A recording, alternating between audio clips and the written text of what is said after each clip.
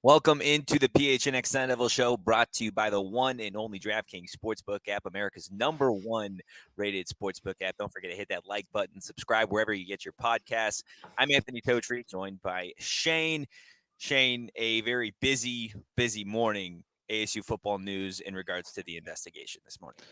Yeah, it's finally happening. We've talked about how it's kind of been pushed aside and no one really talked about it during the season. And kind of as I reminded Sun Devils fans throughout the entire year, kind of pump the brakes a little bit on what's wrong with this team. Nobody knows. I mean, there was a lot of stuff obviously going on behind closed doors.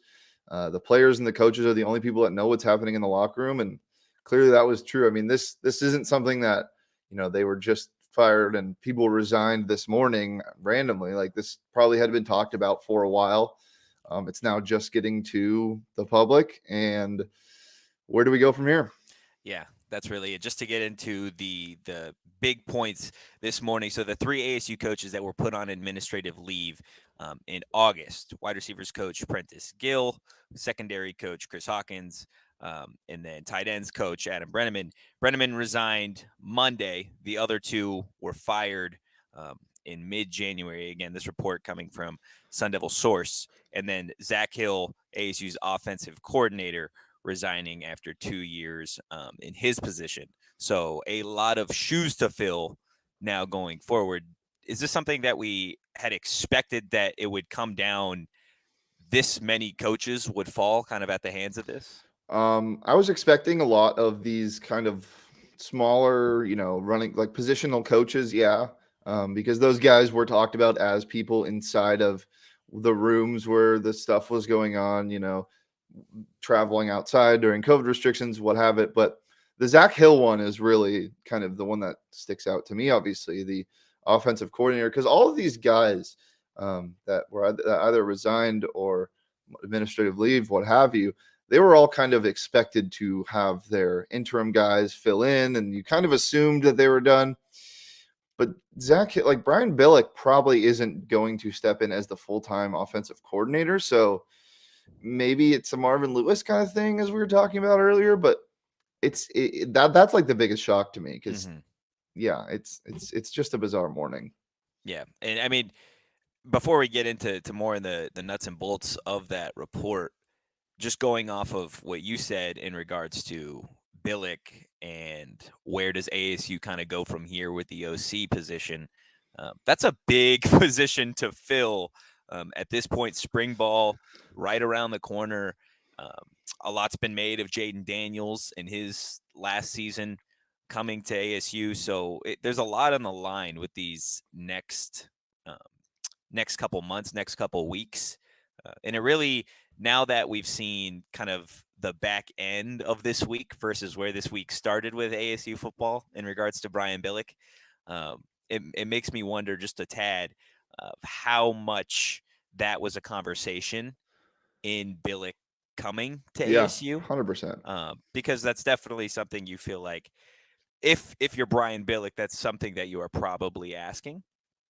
But in regards to more of that investigation, again, according to the report from Sun Devil source, Antonio Pierce and Herm Edwards were aware and were, I guess, a part of local meetings with recruits. So this is still without punishment from the NCAA down to them. So it's this still feels like it's just the beginning of what's to come for Sun Devil football down the line. Would you agree? Yeah, absolutely. And the thing about the offensive coordinator and Zach Hill being gone now that really stinks is you have a guy in Jade Daniels who had his play caller, for the last couple years and really got comfortable with the system. And you saw them kind of find some success in the middle of the season. There were some drives that stymied and some games that weren't really working game plan wise. But I thought this year, especially, Zach Hill was the best that he was in the past at play calling. I mean, you saw some really creative stuff, and I feel for Jaden Daniels because now he has to transition to a completely new play caller, and that's not something that's easy. It's almost like your head coach being replaced. Like Mm-hmm. this is the guy that you game plan with for the past couple of years, and now you got to change everything up. So that's the thing that I think hurts the most. And yeah, it's the start of everything. I mean, this is just internal stuff. We haven't seen what the NCAA is going to do in terms Yeah. of sanctions or anything on Arizona State, and that's almost imminent at this point. Yeah. Again, if you're just joining us, big breaking news for ASU football. A handful of coaches, Prentice Gill, Chris Hawkins, Adam Breneman, Zach Hill, no longer with the program. Some have resigned, some were fired January 21st, according to a report from Sun Devil source. Other news this morning in regards to Sun Devil football, again with the coaching staff, Bobby Wade and Justin Wood promoted, um, losing that temp status. So that is a positive note for those guys coming out of this.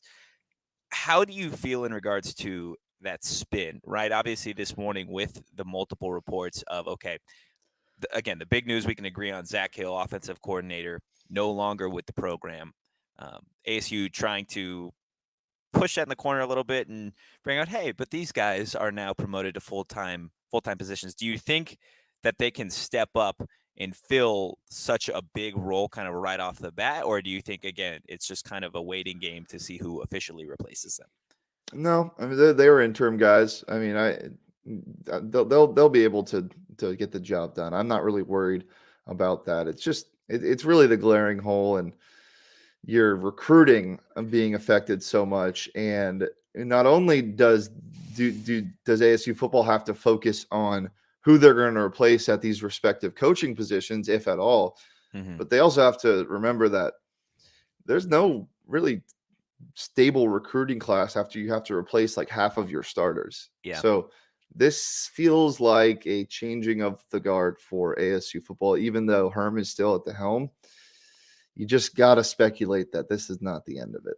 Yeah. And the big thing that I want to emphasize is how important recruiting is now in college football, and just the true incentives, um, that, that it is for some of these coaches to, let's see, Saul, what did Hill do? So according to the report that I've got in front of me, um, allegedly these coaches were to have had meetings with local recruits, um, not during the sanctioned time period that they were allowed to.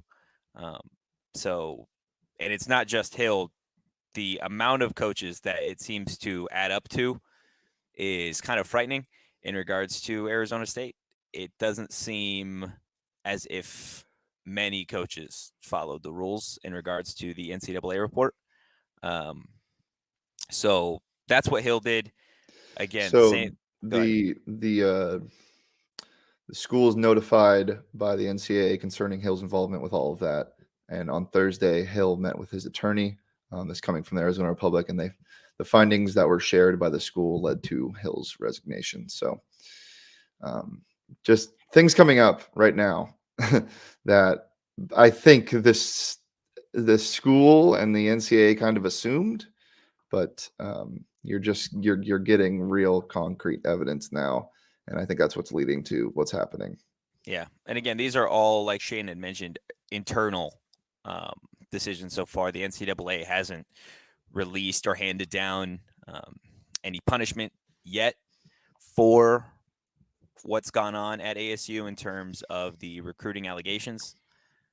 but it is frightening when you look at just the sheer amount of hearsay from these reports in regards to, okay, the NCAA investigators are aware that Herm did this, Antonio Pierce did Yeah, this, Zach Hill did this. Um, it seems like from the top down in regards to ASU football, this isn't just a one person thing, yeah. um, which I think separates itself from maybe other And investigations. for all of the ASU fans being optimists, thinking maybe it's not as bad as everyone thinks. Maybe, there was just a couple of missteps here and there. Clearly now you realize that it was bad. There were multiple violations committed, and the NCAA assumed this, and now they're finding it. And the fact that ASU has to deal with it internally makes it, clear that there are fireable offenses and sanctionable offenses. Yeah. And I want to get again back into what you had mentioned earlier in regards to what this does for recruiting moving forward, right? Like I think it's become more relevant now and pertinent now over the last 10, 15 years how important recruiting really is in the whole grand scheme of things of college football. Um, so this definitely hurts, right? This has to hurt recruits going forward. Looking at Arizona State, of okay, well, this investigation is happening over here. Probably not the best place to go. It- they were already at such a bad spot with how many starters were leaving because you got so many guys back last year. You got some transfers that left. Most of your star guys, aside from JD and some guys on defense, are gone. Most of the guys on defense that started are gone. I think it's half of Yeah, them. So now that's a tough task. Those are tough shoes to fill without being under investigation, without having so much around the program.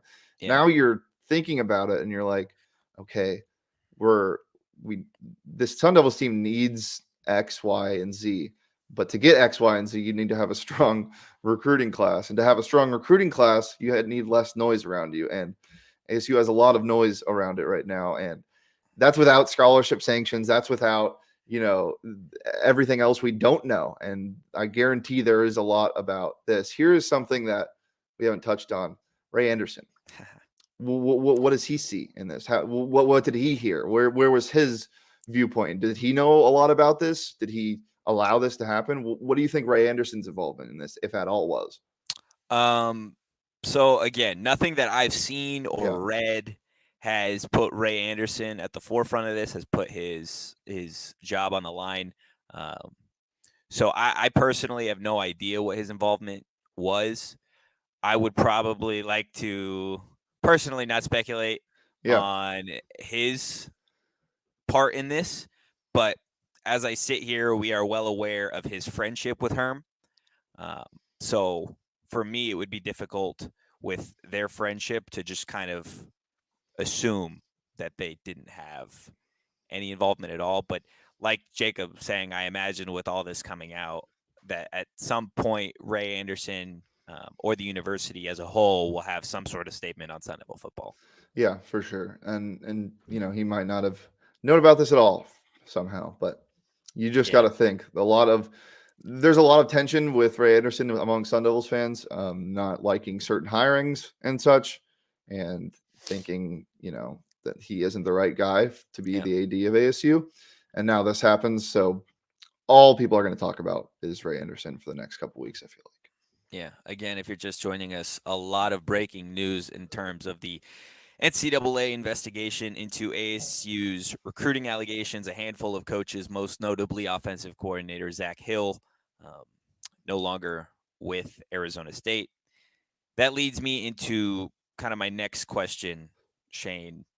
As far as the university or the team kind of self-imposing some restrictions on itself over the course of the past season, Antonio Pierce not permitted to travel for recruiting purposes last year.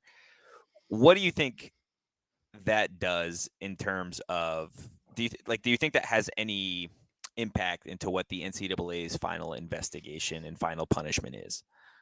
See, it's the thing again. We just don't know. We don't know how bad this actually is, or how bad it actually was. The people were speculating that they would try to self-impose a bowl ban this year, which I'm indifferent about. But we just don't know how bad this is going to be. We don't know if they're going to get 10 less scholarships for next year, or they're going to get the death penalty. We just Yeah. don't know. So I don't know how much that does. Maybe it's just saying, here, let's sacrifice this, so maybe they'll come down lighter on the Sun Devils, but Yeah. you just don't know. Yeah. I want to go back to Mac's question real quick. In regards to, is it more concerning if Ray Anderson didn't have any idea what was happening, or if he did know what was happening in his program? Again, I'm not going to speculate into whether or not he did or not. Um, but I think from my perspective, if he didn't have any idea what was going on, it would surprise me, and I think that would be almost worse than him knowing what's going on. What do you think? Yeah, probably. I just yeah. I have a lot of thoughts about this. I have a lot of thoughts about It, this. It's hard not to assume that he didn't know, yeah, but you just don't. You have no idea. And there have been crazier things that have happened. That you think about the Sean Miller investigation and how it was kind of pushed away for a second, and then all hell broke loose. yeah, Kind of getting notes of that right now. yeah, 100%. ASU's own version of that, and I want to make note just how important this is in regards to the future of ASU football. Like, yes, a handful of coaches no longer with ASU, but that's not really where it ends. That's really just the beginning of what this means for the team moving forward. You figure a new offensive coordinator likely means a new offense that, I mean, with guys already struggling and trying to pull off some wins and hang on to some games in the Pac 12, like, this hurts. That's without even mentioning the recruiting downfall of all of this. There is just, it's a lot for as ASU. the as the resident optimist on this show, It's the I resident. do I do want to say, although I was a fan of what Zach Hill was doing for most of the year on offense, clearly it wasn't enough to get wins with as good as a defense Yeah. ASU had, or enough wins. So maybe it's not the worst thing. Maybe somebody else comes in, Brian Billick advises somebody, or he does step into the role somehow, Yeah. and it changes the offense. Well, it will change the offense, and it changes the offense in a complete way, and a good way for that matter. I don't really know why Zach Hill would make Jaden Daniels not be able to throw the ball deep and accurately. I don't know, think he had an effect on that, but Yeah. maybe the next person that comes in can help that. Yeah. So there are silver linings in this. You need to get players now, man. You need to really focus in on getting your transfers. And ASU, although under so much noise, is still a attractive place to play football at. And Yeah. that's been the talk of why ASU can't get recruits in the first place. Why isn't it a huge school? Why is it a sleeping giant? Why is it this? Maybe now you can kind of leverage that and be like, look, we have all this stuff going on, but look, it's still ASU. Yeah. Yeah.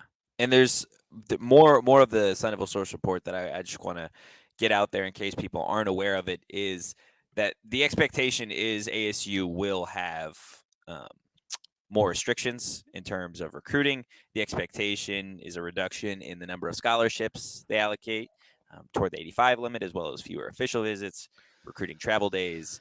So, kind of building off the self-imposing issues or the self-imposing restrictions that ASU kind of put on itself.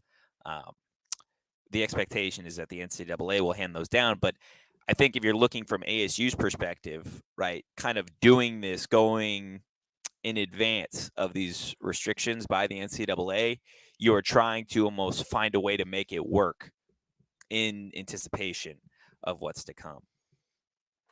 Yeah, and it's sounding like um, that Billick will not step into this role. That's what people are saying. Another name that I've been hearing is running backs coach Sean Aguero. He's been talked about being promoted in certain ways, whether it be uh, an offensive role rather than just a positional coach, maybe OC. So that's a name to keep an eye on. But they're probably expected to figure out. They have to hire somebody in the next probably 15 days. Yeah, 100%. I think an interesting total side note, if Sean is the way to go, then I mean, it would make sense in terms of you're trying to change the narrative a little bit, or you're trying to brighten up the story a little bit. You've got a guy that went from coaching at Chandler High School to becoming the running backs coach and then potentially the offensive coordinator. That would be a real feel good story for ASU For in sure. light of all of what's happening. Um, so, Obviously, we don't know a lot. no. Nobody outside of ASU and the NCAA knows exactly how bad this is going to be. How bad do you think? How long do you think this is going to take for ASU to get this off its back? To get it off its back, or before we hear like what's coming down from the To get it off NCAA? its back, because Oh, this is a long time. This is something that I can imagine recruits will be asking about, and maybe not even recruits, but if you're Herm Edwards, right, and I'm sitting in a recruit's home, it may not even be a topic of discussion with the recruits, but you got to look from a family perspective, right, from a parent's perspective, trying to send their young adult, trusting that this program is what's best for their son. How can you look someone in the eyes and tell them, you know what, Arizona State is the best place for your son after you've got this looming investigation over your head? So I think with a lot of these investigations, it's not necessarily a timetable as to how long it gets off their back. It's which university next has an investigation or a scandal that kind of takes away the attention from it. So I think that's what's probably going to be the situation here for ASU. I don't think it's necessarily a timetable. It's what university screws up next. yeah, people are mentioning 2 to 4 year thing plus an additional 2 to 4 years until we're anywhere near. Yeah, I mean, seen crazier things happen, but it's not Yes. just a matter of when; it's a matter of how bad. Yeah, and we really don't know. It's similar to the report today, or leading up to today. Up until this morning, there wasn't a whole lot of updates in regards to the NCAA investigation. But now, kind of all at once, you've got Bobby Wade and Justin Wood being promoted. You've got secondaries coach, wide receivers coach let go. You've got the offensive coordinator, Zach Hill, no longer with ASU. So it kind of all happened at once. And the way this has kind of happened, um, if we're just looking at the, I want to say schedule, but kind of the pattern that's following, we'll wait a little bit. ASU will hire an offensive coordinator. If they're taking any route that they have in the past, it'll be somebody that Ray Anderson is familiar with, because that seems to be the route that they've gone Yep. as of late. So maybe someone with former NFL experience in regards to coaching or playing. Then I imagine it goes silent. I imagine it goes silent through spring ball, and sometime in the summer, we hear another big 4 or 5 things come out in regards to the actual investigation itself, or again, ASU kind of self-imposing some things here or there. Yeah, So I think the only thing we know is that ASU is kind of ahead of this, as they had already hired a defensive backs coach before this happened. They already knew kind of what was going to go on. So I would assume they already kind of know who their main guy for the next OC job is. yeah, and again, I think that with Billick coming in this week, it's not coincidence that Billick was brought on at the start of the week and this was laid all out there at the end of the week. Yeah. This is not a coincidence. Um, so I imagine at some point, again, this is just me speculating, that Billick will have some say or advisement as to who the next offensive coordinator is for Arizona Yep. State. He is an That would make offensive most sense. advisor after all. Yeah, that's true. Yeah. It's his special job. His special Yep. job here at ASU. But again, we're getting ready to hop off here. But if you are just now joining us, again, the big breaking news today, several coaches, as far as the Sun Devil football program are concerned, are no longer with the team, most notably offensive coordinator Zach Hill. This all stemming from the NCAA investigation into the recruiting allegations. But that's what we've got right now. We'll have, I'm sure, more developments by the time we've got our ASU crossover show at 1 o'clock. So be sure to stay tuned and hop on that podcast, because I'm sure we've got plenty more to talk about, and we'll get a U of A perspective Great. on that, on on all the lovely ASU football news today. But thank you guys so much again for tuning into the PHNX Sun Devils podcast. You can follow us on Twitter at PHNX_Sun Devils. You can follow me on Twitter at Anthony_Totri. Shane, where can the people follow you? At Shane Dief. Thank you guys again, and we'll see you at 1. Peace.